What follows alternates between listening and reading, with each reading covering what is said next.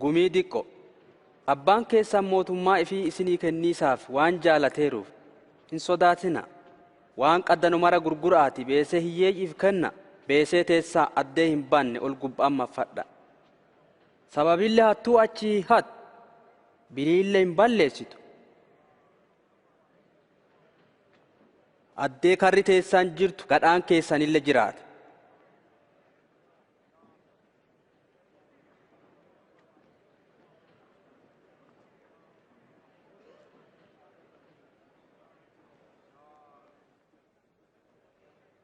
Aayyaa dhibee irraa fayyiteerta.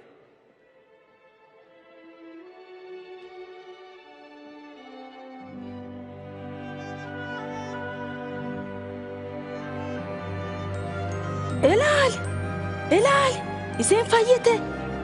Wanni bilbaas ilaali iseen fayyite. Hoy ilaali. Galanni.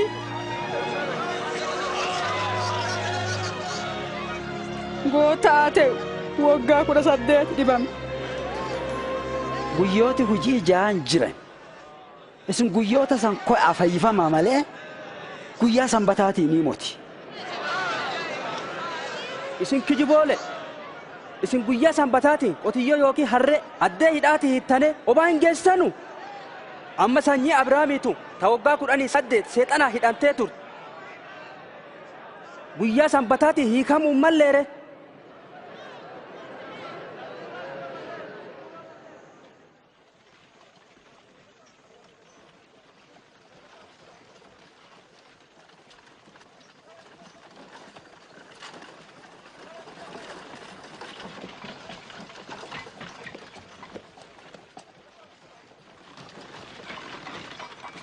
Barsiisaa dansaa jiruu bara baraa dhaggatiisaaf ammaan godhuu male. Maafi dansaa naan jette? Waaqa malee dansaa hin jiru. Ati ajaja hin beektu. Maarree hin gaarayyeeffatin, hin ijjeesin, hin hatin, dharaan dhugaa hin bayin. Abbaa fi haadha teeti ulfeessi. Kana maraa ijoollummaa tiyyaan jalqabee eegadheera. Wanni godhuu malte tokko hafeera. Waan qaddu duudii gurgurii hiyyeeyyiif qood. Ol gubbaatti hin duroonta. Duuba kooyina hordof. Ani ammoo guddoo durees. Warra dureeyyiif mootummaa waaqaatiin galuun guddoo rakkisa. Dhuguma nami dureessi tokko mootummaa waaqaatiin galii saar gaalli qo'alli mo'o keessa hulluuqisaatti kaso. Yoo akkasii eentu fayyare? Wanni namaaf hin danda'an waaqaaf hin danda'an. Isii mootummaa waaqaa yoom nuti? Mootummaan waaqaa karaa nami eeguun hin dhutu. Eenyulle ilaa as jirti yookiin achi jirti hin jedhu. Sababiillee mootummaan waaqaa isi odduu jirti. Yennaa isi ilma namaa lafarraan dhagguuf halchitan hin dhutte. Ammoo hin dhaggitan. Akkuma balaqqeettiin balaqqitee gubbaa qaccee haga qaccee ibsitu guyyaa ilmi namaa deebi'ee dhufu ifaataan ta'a. Ammoo tanaan dura ilmi namaa guddoo rakkatee dhaloota kanaan jibbamuu qaba.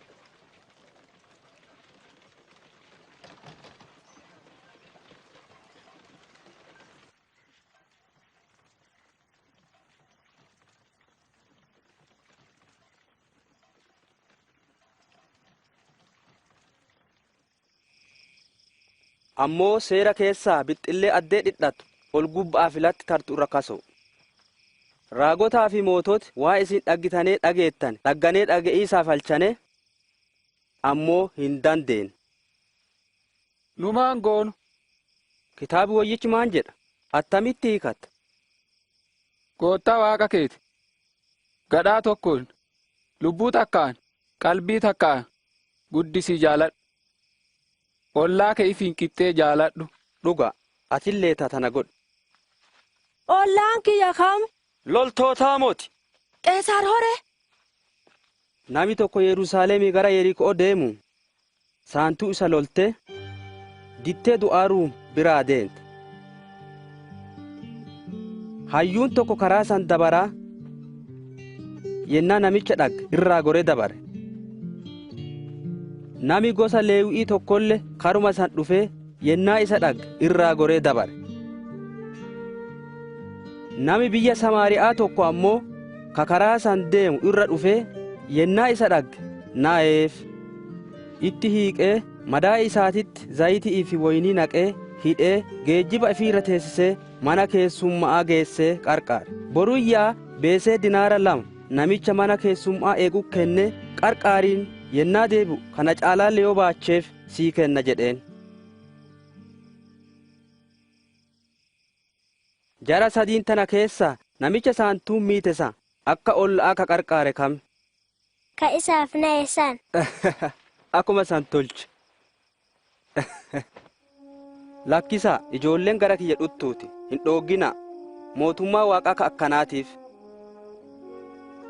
Dhuguma isiniin jedha.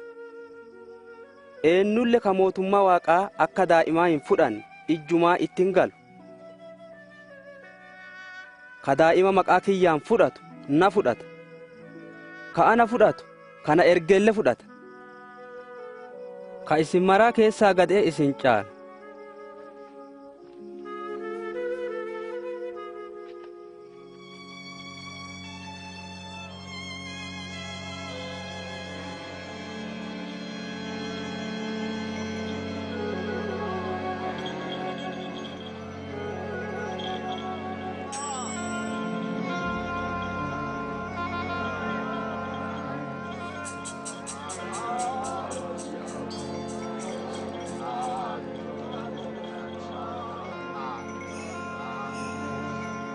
Jaran biyya namaa in Yesuusii biyya Naazreetii tette tana dabariisaa jira.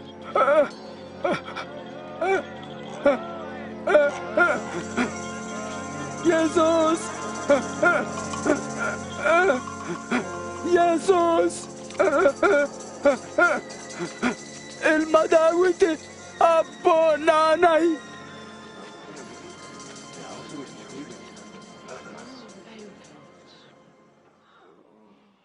Akka ammaan sii godhu feeta. Ana guufedha.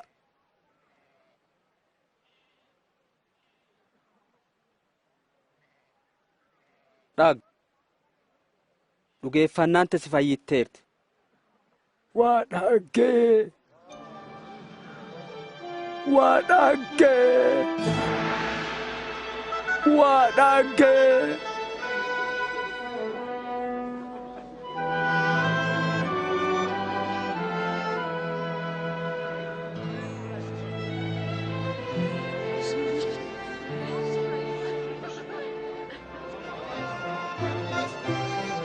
Yesuus gara Yerusaalemii deemuun kolbaa hedduu itti dhutte.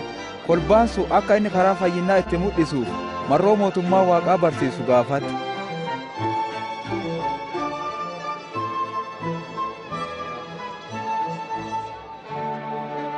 Nami kun nama waaqaa.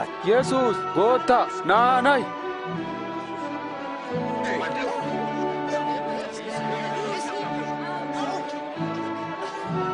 Goottaa nu fayyis. Goottaa galatoom. Goottaa karaa dhugaa nuu himi. Qachaa Yerikoo keessa namichi Zakkiyoos jedhamu mootii warra qaraxa guuru dureessichi tokko jira. Inni Yesuus dhaggiisaaf guddoo barbaade fiigee qilxaa tokko yaabe. Namichi sooni ka qaraxa guuru. Zakkiyoos gad bu'i. Haadha mana keeti oolaara. Mana kiyya. Eentu mana isaa oola. Zakkiyoos akkamiin Yesuus beekuu danda'e?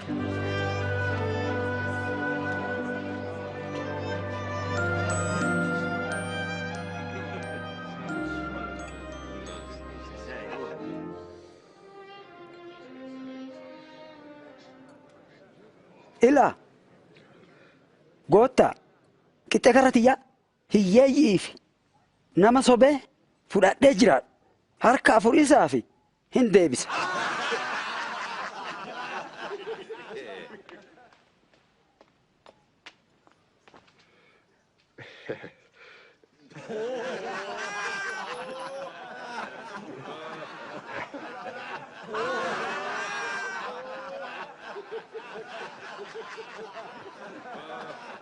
Tumbaasa namichi qaraxa guuru beesee dabaan guurate deebisa.